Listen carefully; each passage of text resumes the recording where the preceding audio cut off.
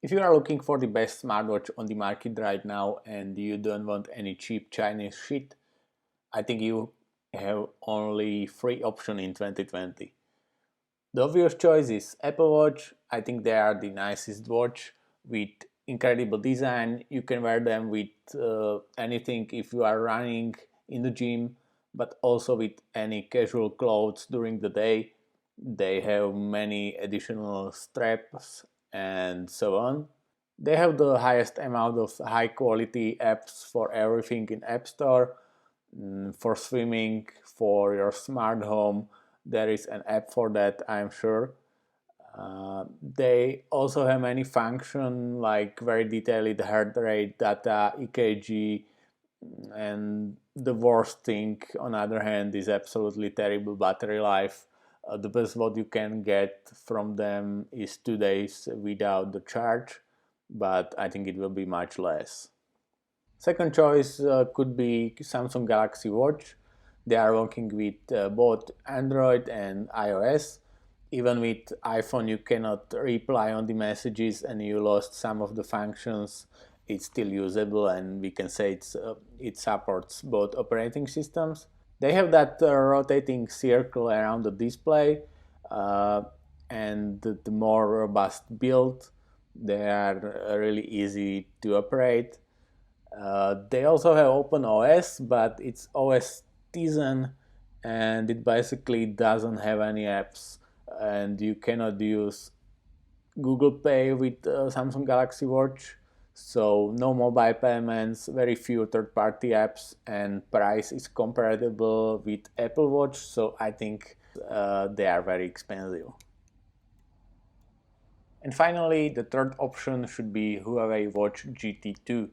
And for many users, it will be the best option on the market. They are very cheap. They are around 160, maybe $180 for basic version. Smaller 42 millimeters is for women and 46 is for men. This is Huawei Watch GT2 Pro model. It is 46 millimeters and Pro.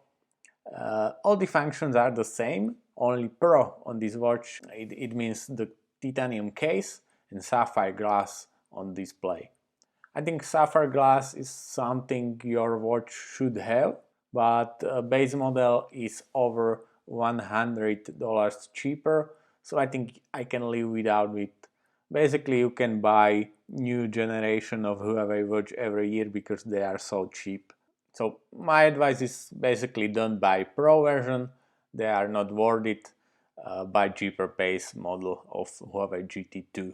They are much cheaper than Apple Watch, but you cannot install any apps.